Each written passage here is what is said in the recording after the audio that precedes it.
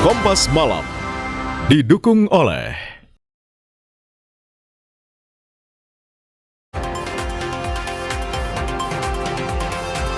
Timnas Indonesia unggul 3-0 atas Oman dalam FIFA Matchday 2026. Gol Indonesia dicetak Justin Hubner, Ole Romani, dan Ragnar Oratmangun.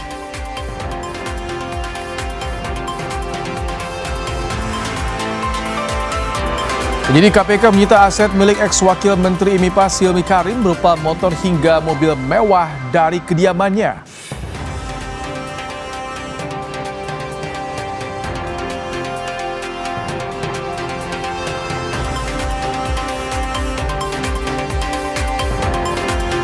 Dua anggota BRIMOB jadi korban pengeroyokan sejumlah debt collector di Serang, Banten.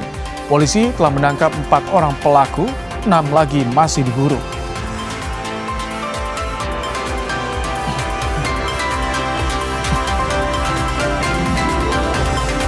Seorang anak berusia 7 tahun dibunuh seorang pengendara ojek online usai sempat diculik dan meminta tebusan 200 juta rupiah.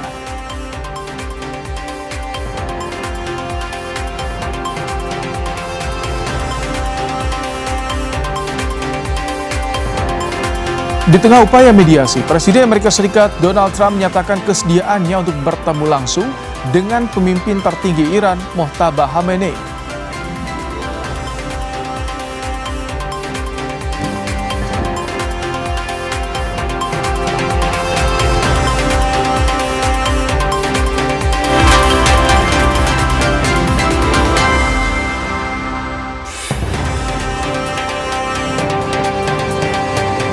Halo, selamat malam saudara. Anda kembali menyaksikan program Kompas Malam bersama saya Rahmat Ibrahim.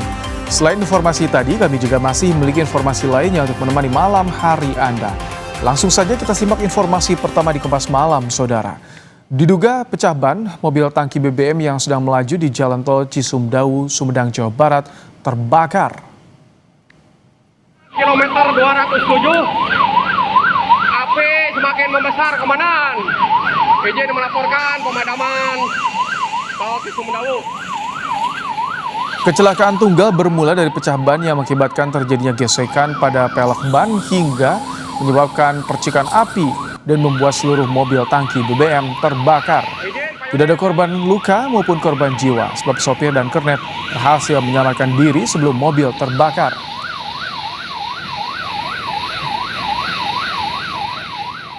Pertamina kilometer 207. Diduga sopir mengantuk, sebuah minibus terperosok ke dalam parit di Jalan Ahmad Yani, Surabaya, Jawa Timur pada Jumat sore.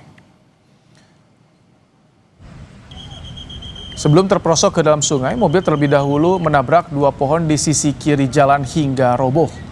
1 unit kendaraan kren milik Dinas Pemadam Kebakaran dan Penyelamatan DPKP Surabaya dikerahkan ke lokasi untuk evakuasi mobil dari dalam sungai. Tidak ada korban jiwa, namun pengemudi mengalami luka dan dibawa ke rumah sakit terdekat.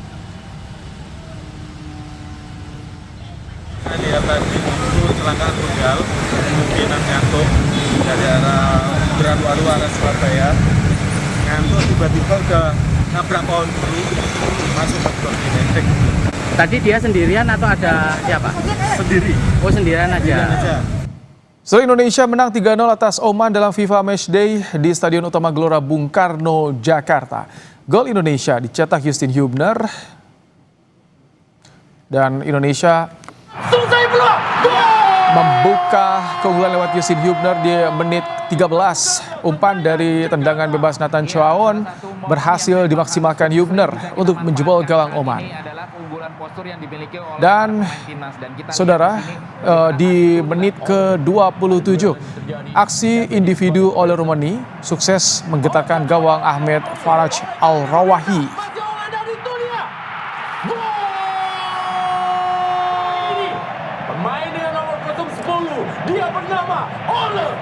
Sementara saudara, di menit ke-55 Indonesia menambah keunggulan menjadi 3-0 lewat gol Ragnar Oratmangun. Nah, ini adalah momen di mana Oman sempat mendapatkan hadiah penalti, namun aksi gemilang dari Emil Audero berhasil menggagalkan eksekusi penalti dari Oman.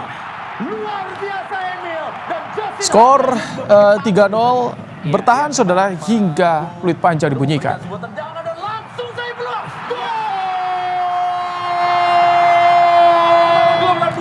Situasi terkini di Stadion Utama Gelora Bung Karno, Jakarta akan disampaikan jurnalis Kompas TV Jonah Hamonangan. Selamat malam, Jonah. Bisa digambarkan kepada kami bagaimana euforia supporter usai timnas menang atas Oman? Sejarah nih, Jonah, 38 tahun. Ya, benar, bisa melihat antusiasme supporter begitu luar biasa, apalagi setelah kita menang 3-0 melawan timnas Oman. Ini saja menjadi spirit baru. Jadi kalau kita lihat dari gol 3-0 ini 2 gol di laga pertama dan 1 gol di laga 2. Nah, sekarang di sebelah saya sudah ada salah satu supporter yang tadi ikut nonton langsung, dan kita saja akan bertanya-tanya terkait dengan bagaimana pertandingan. Di sebelah kanan saya atau sebelah kiri kaca sudah ada Pak Ican Haris. Halo Pak, apa kabar? Alhamdulillah, senang. 3-0, 2 gol di laga pertama dan 1 gol di laga 2. Kalau dari Pak Ican Haris sendiri, apa catatan terpenting dari laga ini? Wow, kalau dari saya sebenarnya saya tidak lebih pintar dari bapak kepelatihan yang ada di sana. Jadinya udah keren banget secara formasi, secara taktik dan lain sebagainya. Dan yang pasti timnas kita keren banget karena tim kepelatihan berani memasukkan talenta-talenta muda kita di usia 19 dan 17 mungkin ya, untuk dimasukkan ke timnas senior. Begitu, Mas. Kalau kita lihat tadi di laga pertama Justin Hopner, Olo Romeni, di laga kedua Orat Mangun. Yes. Kalau kita lihat kan cukup impresif ya. Yes. Nah, mungkin kalau Bapak lihat dari permainan atau mungkin taktik, ini kira-kira mungkin ada beberapa hal yang spesifik nggak yang mungkin terlihat lebih baik atau mungkin lebih matang dari sisi pemain? Ya pastinya di babak-babak awal mungkin tenaga kita masih fresh, itu keren banget saya ngelihatnya di menit-menit awal. Cuman di babak kedua di pertengahan mungkin karena cuacanya panas banget ya hari ini ya, jadi saya lihat mungkin beberapa pemain juga udah kelelahan, dan itu bisa diantisipasi langsung bagusnya oleh tim kepelatihan dan dengan mengganti substitusi dengan pemain-pemain cadangannya, begitu sih. Ini kan memang laga persahabatan, tapi kan dengan kemenangan ini kan pasti akan menambah poin kita ya.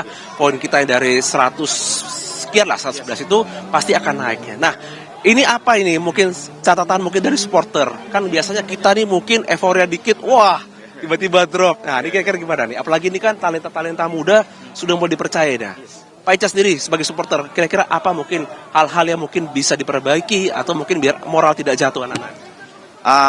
Ya pastinya kita harus percaya ya dengan kepelatihan sekarang gitu ya.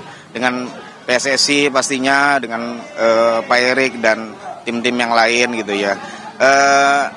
1-2 hal yang tidak baik yaitu akan tertutup ketika memang secara teknis kita bisa lebih baik, secara emosi pemain-pemain bisa ditahan, dan juga secara mimpi dari kita yang akan bisa terwujud untuk timnas nasional timnas nasional kita untuk masuk ke Piala Dunia selanjutnya, gitu sih. Oke, terima kasih banyak atas waktunya Pak Ican. Luar biasa, tos dulu, menang 3-0. Demikian wawancara saya dengan Pak Ican. Atau supporter yang tadi ikut nonton langsung, terus saja dia menjadi effort yang sangat baik, dan diharapkan di laga berikutnya ada konsisten kemenangan khusus dilakukan oleh timnas Indonesia. Ini sebuah langkah baik, apalagi menang 3-0 di kandang sendiri, dan kita harapkan akan ada laga-laga berikutnya dengan mengharapkan talenta-talenta muda yang akan bertanding di laga-laga berikutnya. Baik. Nah, Hamonangan untuk laporannya langsung dari Stadion Utama Gelora Bung Karno, Jakarta. Dan saudara, membahas permainan anak asuh John Herdman, kami saat ini sudah bersama dengan analis sepak bola Gita Suwondo. Selamat malam, Bung Gita.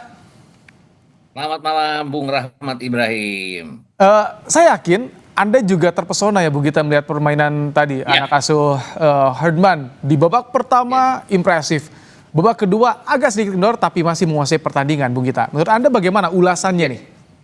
Harus saya akui 2 jempol ya buat timnas malam ini. Kemudian kalau kita melihat keseluruhannya, mungkin yang sangat mengagetkan adalah pola baru yang coba diterapkan oleh Herdman. Dia seperti bermain dengan 3-4-3 di awal. Tapi kalau kita lihat bagaimana Rizky Ridho sering melebar ke kanan sebagai bek kanan, ini membuat Kevin Dix sering bermain sebagai inverted midfield ke kanan. Jadi ini kadang-kadang jadi 3-4-3, kemudian menjadi 4-3-3. Ini yang sangat memudahkan lini depan kita untuk lini tengah kita menguasai jalannya pertandingan dan lini depan kita untuk menjebol gawang dari Oman. Dan yang menariknya tadi Rizky Ridho sebelum pada saat kedudukan masih 0-0 sempat melakukan akselerasi sebagai center back yang bermain di bek kanan untuk melakukan assist yang sayang gagal dimanfaatkan oleh Nathan Chuaon. Jadi harus dibilang bahwa ini sangat lengkap sekali. 3 gol datang dari set piece. Kemudian datang dari blunder lawan dan gol ketiga tadi datang dari build up yang dilakukan dengan sangat baik oleh timnas kita. Saya sebetulnya ingin tanyakan kepada Bung Gita, ini di lini tengah kita ternyata begitu berbeda permainannya. Bahkan Ragnar yang biasa melebar, ini sering menusuk ke dalam ya Bung Gita ya? Iya. Betul. Saya tadi berpikir bahwa Ole yang akan bermain seperti halnya pada saat melawan St. Kitts and Nevis atau melawan Bulgaria. Dia akan mundur sebentar ke belakang untuk memberikan umpan bagi Beckham. Tapi ini tidak terjadi. Justru yang luar biasa adalah lini belakang dan lini tengah kita. Solid di belakang, ada penyelamatan Emil Audero termasuk penalti tadi. Ada juga penyelamatan di akhir pertandingan. Dan yang paling penting tadi, bagaimana lini belakang kita, terutama Elkan Bagot ya, benar-benar mampu melakukan blok dengan sangat baik, mencuri bola pada saat lawan ingin menguasai bola. Kalaupun ada catatan yang harus kita berhati-hati adalah penalti yang didapat oleh Jason Hopner tadi, dan juga tadi ada hitungan 8 detik yang itu mungkin tidak konsentrasi Audero itu sehingga jadi corner. Itu mungkin bahaya nantinya di pertandingan-pertandingan berikutnya karena corner sekarang kan bisa menjadi set piece yang berbahaya dan 8 detik pegang bola itu kan sudah tidak dibolehkan lagi ya. Itu tadi yang terjadi dan agak kaget tadi Audero. Tapi secara keseluruhan lapangan tengah kita luar biasa, lini depan kita mungkin ada 1-2 peluang yang tidak bisa dimanfaatkan, tapi secara keseluruhan ini bermain dengan sangat baik sekali. Ini soal aturan baru FIFA harus semakin banyak diedukasi atau bagaimana? Ini kan banyak aturan baru termasuk bagaimana jeda permainan nih Bung Gita ya. Ya. Dan yang menarik adalah mungkin harus dari klub ya. Klub-klub kita juga dan wasit kita benar-benar harus strict pada peraturan itu bahwa 8 detik. Kan nanti di Piala Dunia akan ada countdown 5 detik terakhir ya. Dan sekarang kan belum tadi. Itu yang bikin kaget. Tapi kita benar-benar harus mempraktekkan bahwa pada saat pegang bola kita harus melepas bola penjaga gawang itu. Kalaupun dia ingin melepas untuk keamanan dia mungkin ke kaki ya, dengan risiko direbut lawan kalau ditaruh di kaki dia. Tapi yang pasti bahwa dia harus mengikuti aturan dan tadi sempat kita kecolongan aturan itu tadi. Oke, Bung Gita, 38 tahun menunggu kita bisa mengalahkan Oman dengan skor yang bukan main-main 3-0. Peringkatnya jauh di atas kita. Ini sebuah catatan yang sangat progresif sekali bagi seorang Herdman. Ya, bahkan kalau bisa dibilang bahwa kita terakhir kali menang tuh tahun 88 di Kings Cup, Heri Kriswanto dan kawan-kawan.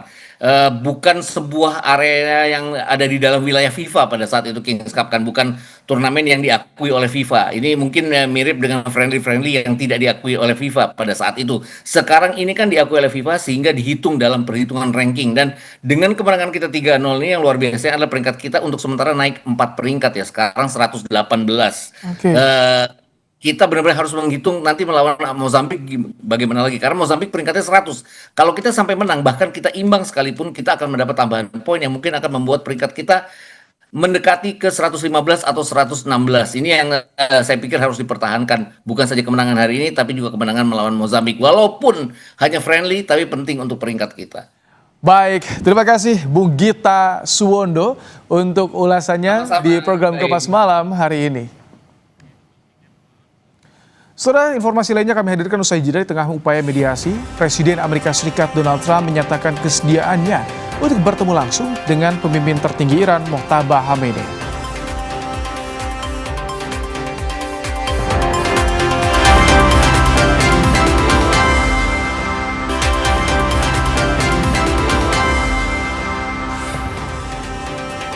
Israel mengklaim telah menghancurkan lebih dari 20 situs infrastruktur Hizbullah selama operasi semalam di Lebanon Selatan, saudara.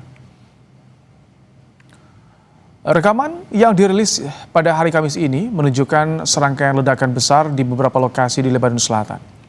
Israel mengklaim telah menggunakan 6 ton bahan peledak untuk menghancurkan target tersebut. Tanggal dan lokasi pasti dari rekaman tersebut tidak dapat diverifikasi secara independen.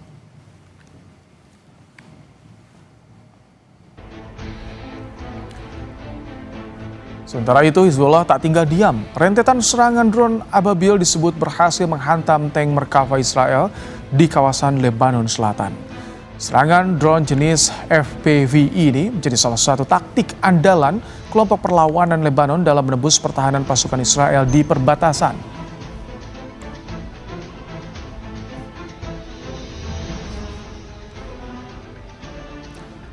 Presiden Amerika Serikat Donald Trump menyatakan kesediaannya untuk bertemu langsung dengan pemimpin tertinggi Iran, Mojtaba Khamenei. Wacana pertemuan ini mengemuka di tengah upaya mediasi untuk meredakan ketegangan militer antara kedua negara. Hingga kini, proses negosiasi dengan Iran belum menemui titik temu. Iran masih menolak klausul pelucutan nuklir yang diajukan Amerika Serikat. Di tengah ketegangan kedua negara, wacana pertemuan Trump dan Mojtaba Khamenei muncul ke permukaan. Meski belum ada rencana bertemu, Trump tak menampik jika pertemuan terjadi, hal itu merupakan kehormatan bagi dirinya. Trump berharap bisa mencapai kesepakatan untuk mengakhiri konflik. The new supreme leader. I don't want to meet, but if I did meet, I'd be honored to meet him. I'd like to see if we make a deal. But if we make a deal, it's possible that I would meet him. I'd be okay with it. Would that happen here in the U.S.? White Oh, House? I don't know, Peter. I haven't really heard too much about it. Meski pertemuan diinginkan Trump, tapi pernyataan kontroversial juga dilontarkan Presiden AS tersebut. Trump menyebut akan serang Iran dan memenangkan peperangan dengan cara apapun. So I think we're doing very well, but we're going to see. If we're going to win one way or the other. We're going to win on paper, or we're going to win military. One way or the other. It's going to be militarily or on paper. Pemimpin tertinggi Iran, Mojtaba Khamenei, meminta rakyatnya untuk tetap teguh dan bersatu dalam menghadapi skema perang yang dirancang Israel dan Amerika Serikat. Pesan Mojtaba Khamenei itu dibacakan oleh perwakilannya dalam peringatan wafatnya mendiang pemimpin tertinggi Ayatollah Ruhollah Khamenei Kamis lalu. به خاطر مواجهه با ضربه قاطع چه در نبرد نظامی و چه در میدان و خیابان تحقیری پرمعنا و عمیق را تجربه می‌کند که در اثر آن واگرایی ملموس کشورها از او را سبب شده کید خود را در جنگ ترکیبی بر دو نقطه متمرکز ساخته است. Hingga saat ini, baik Amerika Serikat dan Iran masih bersikukuh dengan tuntutan mereka. Dunia internasional pun berharap ada kesepakatan yang bisa dicapai kedua negara guna mengakhiri perang secara permanen. Buntu di negosiasi, Trump kini sebut bersedia untuk bertemu dengan Mojtaba Khamenei. Apakah ini penanda jalan damai lebih terbuka lebar? Kita akan bahas bersama dengan peneliti Asia Middle East, Pizarro Ghazali. Selamat malam, Mas Pizarro.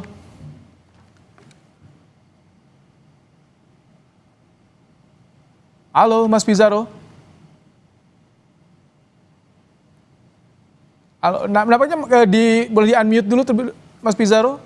Tidak keluar suaranya. Halo, apakah bisa di-unmute terlebih dahulu? Suara Anda tidak terhubung dengan kami.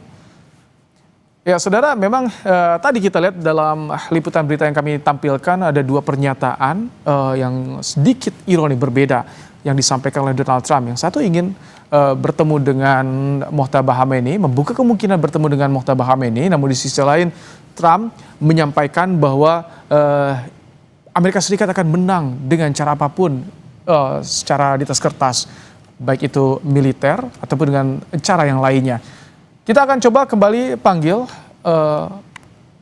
peneliti Asia Middle East, Pizarro Ghazali. Selamat malam, Mas Pizarro.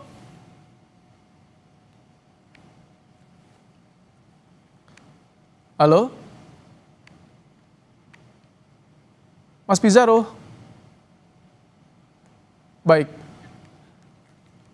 Kita akan coba kembali perbaiki sambungan audiovisual kami dengan peneliti Asia Middle East, Pizarro Ghazali. Memang menjadi sorotan, ini sudah hari ke-100, saudara. Pertempuran di Timur Tengah Amerika Serikat terhadap Iran, namun belum kunjung menemui titik akhir.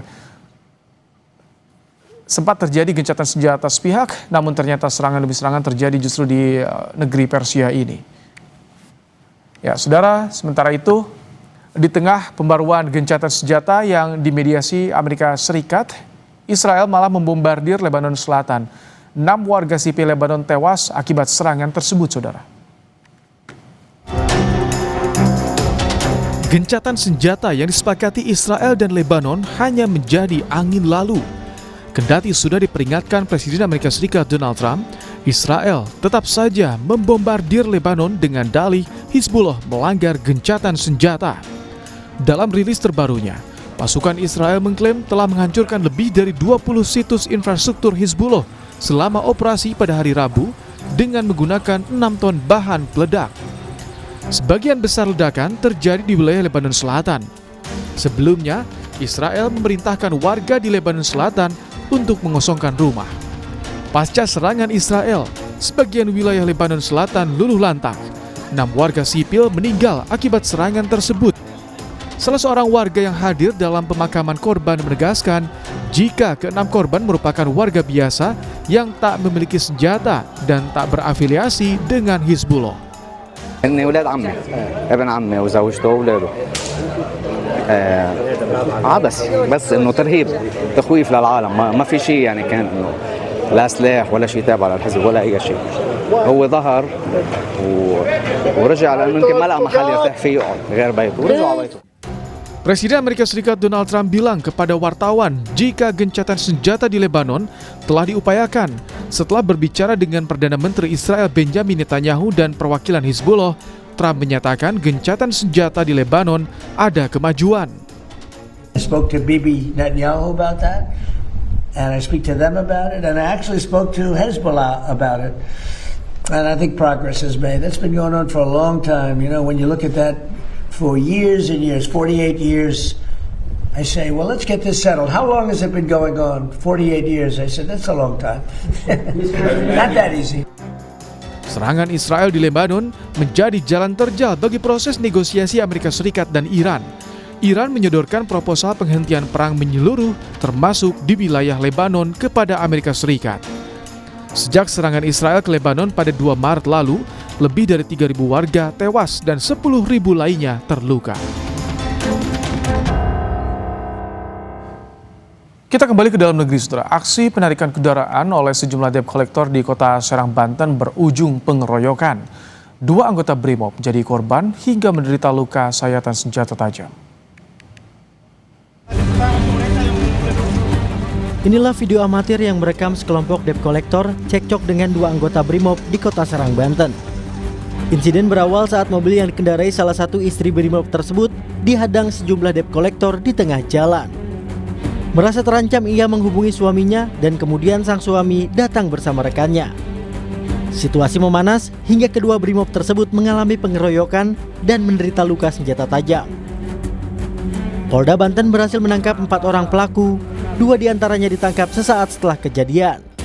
Polisi masih memburu 6 pelaku lainnya yang identitasnya telah dikantongi.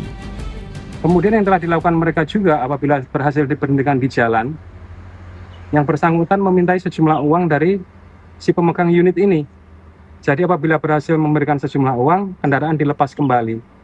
Tapi apabila tidak memberikan sejumlah uang, kendaraan tersebut akan diambil oleh Matel ini. Dari penggeledahan, polisi menyita 2 unit mobil operasional, telepon genggam, dan surat tugas debt collector. Polisi juga menemukan penggunaan plat nomor palsu pada kendaraan para pelaku. Suherdi, Kompas TV, Serang, Banten. Seorang pengemudi ojek online di Kutai Timur menculik anak 7 tahun. Pelaku meminta tebusan 200 juta rupiah pada keluarga korban. Lantaran terlilit utang, seorang sopir ojek online di Kutai Timur nekat menculik bocah berusia 7 tahun. Pelaku kemudian meminta tebusan sebesar 200 juta rupiah pada keluarga korban. Pelaku menculik korban 1 Juni lalu setelah mengetahui latar belakang ekonomi keluarga sang bocah. Penculikan dilakukan dengan modus mengajak korban untuk memancing bersama. Namun naas, beberapa hari kemudian sang bocah ditemukan tidak lagi bernyawa di kawasan sungai dekat Masjid Agung, Sangatta, Kutai Timur. Pelaku akhirnya ditangkap tim gabungan Polda Kaltim dan Polres Kutai Utara di rumah keluarga sang pacar di kawasan Kampung Baru Balikpapan pada Rabu lalu. Kan tadi belum sempat diserahkan uang itu, kenapa harus dibunuh terlebih awal, alasan tersangka apa Pak? Ini belum sampai mendalam ya, karena kan baru tadi malam ini ya, sementara masih kita gali terus. Yang jelas tadi untuk motif sama disampaikan Bapak Kapolda bahwa motif ekonomi, karena yang tersangka juga ini kan, pelaku ini kan juga terlilit utang ya, ada utang di salah satu bank. Saat ini, polisi masih mendalami kasus ini guna memastikan motif dan keterlibatan pihak lain. Atas perbuatannya, tersangka dikenakan pasal penculikan dan pembunuhan berencana dengan ancaman maksimal hukuman mati. Iskandar Amir Dahlan, Kompas TV, Balikpapan, Kalimantan Timur. Kasus dugaan korupsi menyeret ex-kepala Badan Gizi Nasional Dadan Hindayana dan 2 ex-wakilnya. Kasus ini harus jadi momentum perbaikan tata kelola program prioritas Presiden Prabowo Subianto.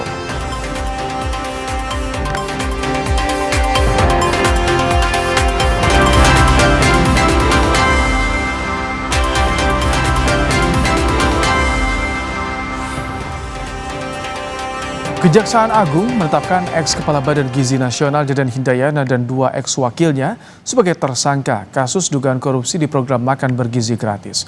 Kasus ini harus jadi momentum perbaikan tata kelola program prioritas Presiden Prabowo Subianto.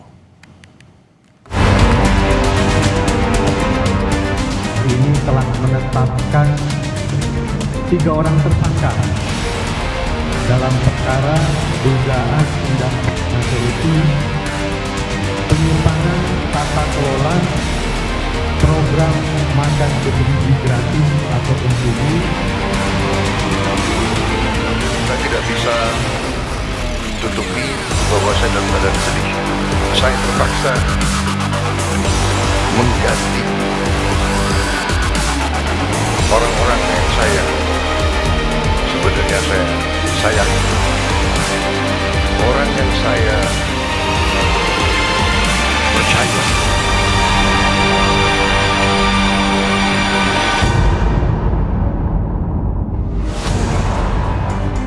Makan bergizi gratis, program prioritas Presiden Prabowo Subianto yang diklaim bermanfaat.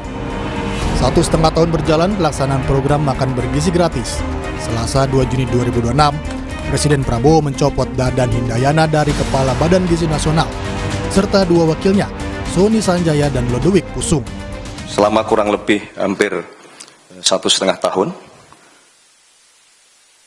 melakukan monitoring, melakukan evaluasi, maka pada hari ini Selasa tanggal 2 Juni tahun 2026 Bapak Presiden mengambil keputusan untuk melakukan pergantian pimpinan Badan Gizi Nasional. Yang pertama adalah Saudara Dadan Hindayana sebagai Kepala Badan Gizi Nasional. Yang kedua, Saudara Lodewijk Pusung sebagai Wakil Kepala Badan Gizi Nasional. Yang ketiga, Saudara Sony Sanjaya sebagai Wakil Kepala Badan Gizi Nasional. Prabowo menunjuk Nanik Esdeang yang sebelumnya Wakil Kepala BGN kini menjadi Kepala BGN. Selanjutnya, Wakil Kepala BGN Bidang Operasional Sony Sanjaya digantikan oleh Agustina Arumsari yang sebelumnya menjabat sebagai Wakil Kepala BPKP. Dan posisi Wakil Kepala BGN Bidang Pengembangan Organisasi dan Hubungan Kelembagaan Lodewijk Pusung digantikan oleh Majen Trenggono yang sebelumnya menjabat Wakil Direktur Utama PT Agrinas Pangan Nusantara. Tak lama usai dicopot, Kejaksaan Agung menangkap Dadan Hindayana, Sony Sanjaya, dan Lodewijk Pusung. Ketiganya ditetapkan sebagai tersangka terkait dugaan korupsi tata kelola dan penyimpangan makan bergizi gratis. Penggeledahan kantor Badan Gizi Nasional hingga rumah ketiga tersangka dilakukan sejak Rabu dini hari untuk mencari bukti dugaan korupsi yang dilakukan ketiganya. Kejaksaan menduga Dadan CS mengendalikan sejumlah yayasan pengelola SPPG atau dapur MBG melalui pihak lain. Penyidik juga menemukan adanya dugaan markup anggaran dalam pengadaan 21.801 motor listrik dengan total sekitar 1 triliun rupiah. Pengadaan 32.000 pasang sepatu, pengadaan 31.994 tablet, serta pengadaan 5.400 unit televisi berukuran 75 inci. Selain menggunakan yayasan yang terafiliasi tersebut, Saudara DH bersama-sama dengan Saudara SS dan Saudara LB dalam melakukan proses pengadaan baik barang dan jasa di BGN secara melawan hukum, melakukan intervensi kepada BPK, sehingga dalam penyusunan KAK pengadaan barang dan jasa pada BGN tidak disusun sesuai kebutuhan real di lapangan dan adanya markup harga pengadaan. Presiden Prabowo tak bisa menyembunyikan kesedihannya. Prabowo menyebut terpaksa mengganti orang yang dipercaya dan diberikan tugas untuk negara, justru kini menghadapi penyelidikan hukum. Saat ini sebetulnya saya sedih. Saya tidak bisa tutupi bahwa saya dalam keadaan sedih. Karena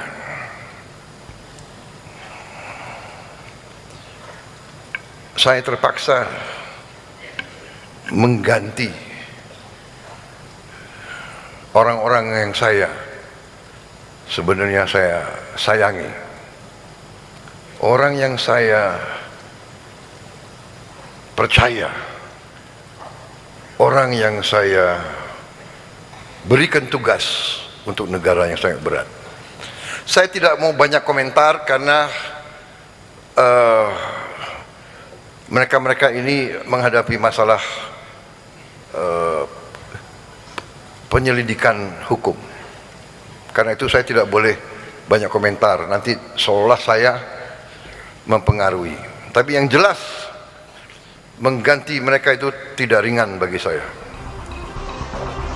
Ketua Badan Anggaran DPR, Said Abdullah menyebut tata kelola di Badan Gizi Nasional menjadi salah satu kelemahan BGN. Said menegaskan sudah berulang kali mengingatkan Dadan Hindayana untuk fokus pada tata kelola makanan. Itulah yang saya maksud, perbaiki tata kelola. Saya sejak awal bolak-balik menyatakan kelemahan BGN sebagai prioritas yang menjadi andalan Bapak Presiden adalah pada aspek tata kelolanya. Dan itu yang saya sampaikan bolak-balik dan fokus kepada makan bergizi gratis, bukan fokus kepada insentif, fokus pada sepeda motor, fokus pada iPad. Itu tidak ada hubungan sama sekali. Berkaca dari kasus korupsi ini, peneliti Pukat UGM Zainur Rohman menilai pemerintah harus membuka data Yayasan Pengelola SPPG agar dapat diawasi oleh masyarakat. Kami sangat merekomendasikan yang pertama adalah daftar mitra itu dibuka kepada publik dengan jelas ya, secara real time, termasuk beneficial ownership-nya ya. Jadi siapa pemilik manfaat dari yayasan-yayasan tersebut agar masyarakat bisa memantau apakah diduga akan ada misalnya perlakuan khusus, istimewa atau tidak. Ini yang kemudian saat ini diduga terjadi. Kenapa? Karena diduga ada rekayasa gitu. Dorongan evaluasi tata kelola makan bergizi gratis langsung direspons Kepala BGN Nanik Esdeyang. Nanik langsung memprioritaskan efisiensi anggaran program makan bergizi gratis tanpa mengurangi jumlah sasaran penerima manfaat. Nanik juga menegaskan efisiensi anggaran ini tidak akan mengurangi kualitas dari MBG. Saat ini sudah ada sekitar 27 dapur yang sudah 27.000 lebih dapur yang sudah operasional. Kami akan beresin dulu ini. Jadi kami beresi dulu, Mas. Beresi dulu. Karena apa? Jujur sekarang yang untuk ini diaglomerasi, yang 3T belum kesentuh. Jadi Pak Presiden pesannya kami harus ke 3T. Terungkapnya dugaan korupsi di program MBG dan pergantian pimpinan BGN bisa jadi momentum perbaikan tata kelola MBG yang merupakan program prioritas Presiden Prabowo untuk pemenuhan gizi anak Indonesia. Tim Liputan Kompas TV.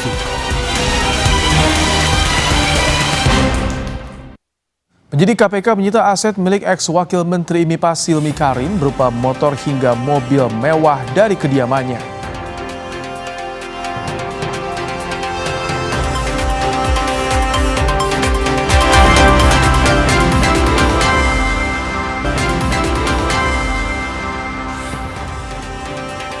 Usai ditetapkan sebagai tersangka, Kejaksaan Agung terus mendalami dugaan korupsi di lingkup Badan Gizi Nasional dengan memeriksa Dadan Hindayana pada Kamis kemarin.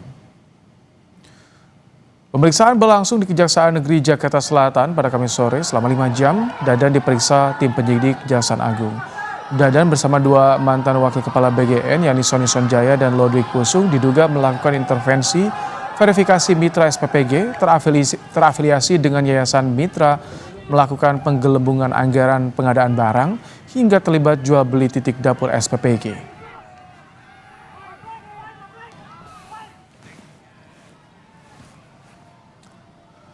Mantan Wakil Kepala Badan Gizi Nasional Sony Sonjaya menyebut bakal mengajukan permohonan menjadi justice collaborator dalam kasus dugaan korupsi tata kelola program makan bergizi gratis. Sony siap membuka nama-nama besar yang diduga terlibat dalam kasus ini. Sony Sonjaya juga sudah ditetapkan sebagai tersangka bersama Dadan Hindayana dan Lodwig Pusung.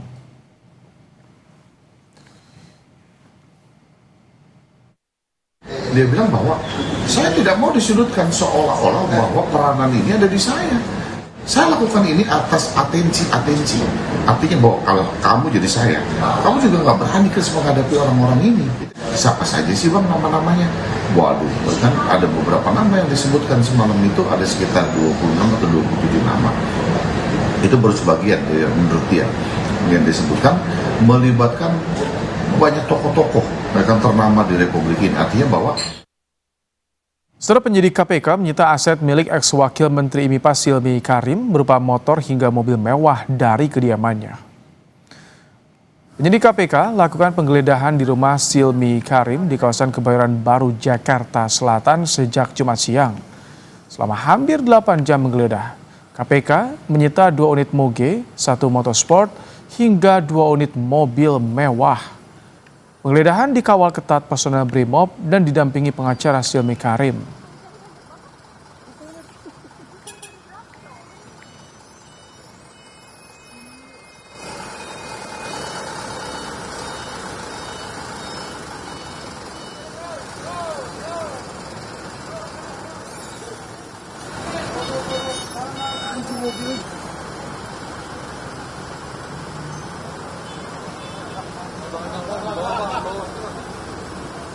Bahwa kami memberitahukan kepada penyidik, kami sebagai kuasa hukum, dan kami menghargai semua proses yang sedang dilakukan sepanjang itu sesuai dengan aturan di dalam KUHAP itu sendiri. Menanggapi ditangkapnya atau ditahannya Silmi Karim di KPK, Menteri Koordinator Bidang Hukum, HAM, Imigrasi, dan Pemasyarakatan Yusril Iza Mahendra mengaku sering menerima laporan dugaan pungli di lingkungan imigrasi dan meminta KPK menelusuri potensi penyimpangan hingga ke berbagai daerah. Menurut Yusril, penyidikan kasus Silmi Karim perlu dijadikan momentum untuk mengungkap berbagai celah penyimpangan yang masih terjadi di lingkungan keimigrasian. Pemeriksaan juga diharapkan tidak hanya berfokus pada satu kantor imigrasi, melainkan dapat menjangkau wilayah lain yang memiliki potensi masalah serupa. Yusril juga meminta agar seluruh jajaran di keimigrasian bersikap kooperatif selama proses penyidikan kasus ini. Saya terus memonitor perkembangan kasus penyidikan dugaan terjadinya tindak pidana korupsi di jajaran imigrasi, khususnya di kantor imigrasi Jakarta Barat yang telah disidik oleh KPK, dan memang saya mendapat banyak sekali masukan dari masyarakat. Masih banyak terjadi penyimpangan-penyimpangan termasuk pungutan liar yang terjadi dan dilakukan oleh jajaran birokrasi di berbagai tempat, dan ini merupakan satu masukan penting ya, apalagi setelah KPK telah mengungkapkan terjadinya dugaan tindak pidana korupsi baik terjadi pada tahun 2023-2024 maupun yang terjadi sekarang ini. Sebelumnya, KPK menahan Wakil Menteri Imigrasi dan Pemasyarakatan Silmi Karim terkait kasus korupsi pengurusan dokumen keimigrasian. Silmi ditahan usai menyerahkan diri pada Rabu malam. Silmi ditahan KPK usai diduga menerima aliran uang dalam pengurusan izin tinggal warga negara asing saat menjabat sebagai Dirjen Imigrasi periode 2023-2024. Juru bicara KPK Budi Prasetyo menyebut Silmi terlibat dalam alur perintah dan alur penerima uang dalam kasus dugaan korupsi pengurusan izin tinggal WNA. Yang merupakan Dirjen Imigrasi periode tahun 2023-2024. Adapun 8 orang tersangka, kemudian hari ini langsung dilakukan penahanan untuk 20 hari pertama. tindak pidana korupsi, pemerasan dalam pengurusan dokumen keimigrasian, dan juga dilapis pasal 12 lebih besar atau penerimaan lainnya atau gratifikasi. Kita ke informasi mancanegara. Saudara, Israel mengklaim telah menghancurkan lebih dari 20 situs infrastruktur Hizbullah selama operasi semalam di Lebanon Selatan. Rekaman yang dirilis pada hari Kamis ini menunjukkan serangkaian ledakan besar di beberapa lokasi di Lebanon Selatan. Israel mengklaim telah menggunakan 6 ton bahan peledak untuk menghancurkan target tersebut. Tanggal dan lokasi pasti dari rekaman tersebut tidak dapat diverifikasi secara independen.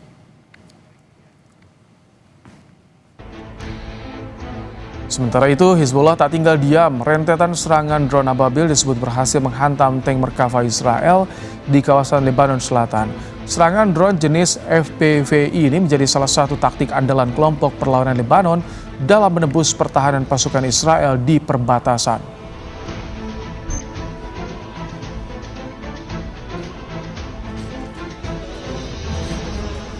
Warga Iran menggelar aksi dukungan perlawanan Hizbullah terhadap Israel dengan turun ke lapangan Azadi di Teheran. Warga Iran membentangkan dan memajang potret martir Hizbullah serta tokoh-tokoh perlawanan yang gugur di medan perang.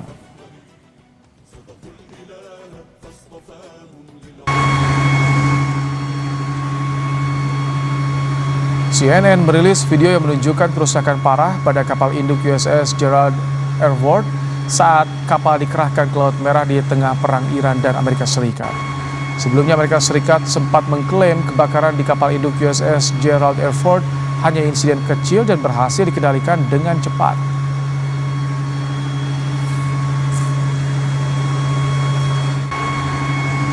Empat tangki gas meledak dan memicu kebakaran besar di TPAK Meksiko pada Kamis waktu setempat.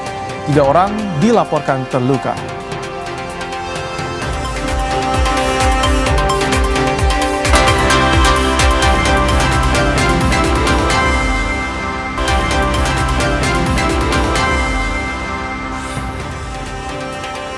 Gunung Leotobi laki-laki di Kabupaten Flores Timur, Nusa Tenggara Timur kembali mengalami erupsi.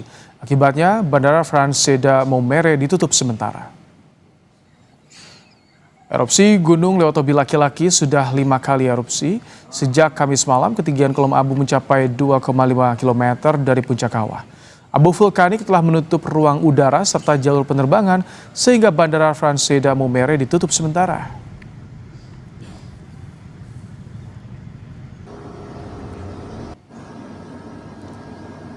4 tangki gas meledak dan memicu kebakaran besar di TPAK Meksiko pada Kamis waktu setempat.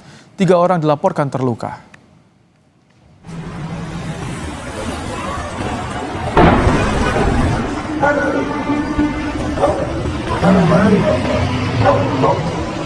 Sebuah bola api besar membumbung tinggi saat 4 truk tangki gas meledak di sebuah gudang penyimpanan. Warga mendengar beberapa kali suara dentuman keras dari lokasi ledakan. Petugas pemadam kebakaran bergegas ke lokasi untuk memadamkan api.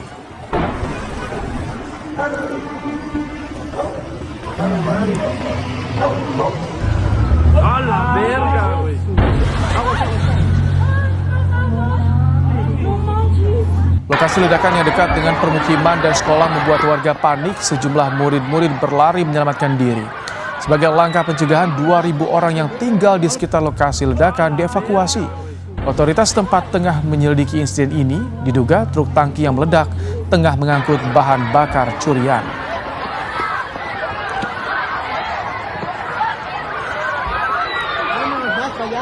Kami akhiri Kompas Malam hari ini. Perbaharui terus informasi Anda di Kompas TV dengan 3 botol air mineral 700 ml yang setara dengan 2 liter air untuk 1 hari penuh kesejukan. Saya Rahmat Ibrahim, terima kasih, sampai jumpa.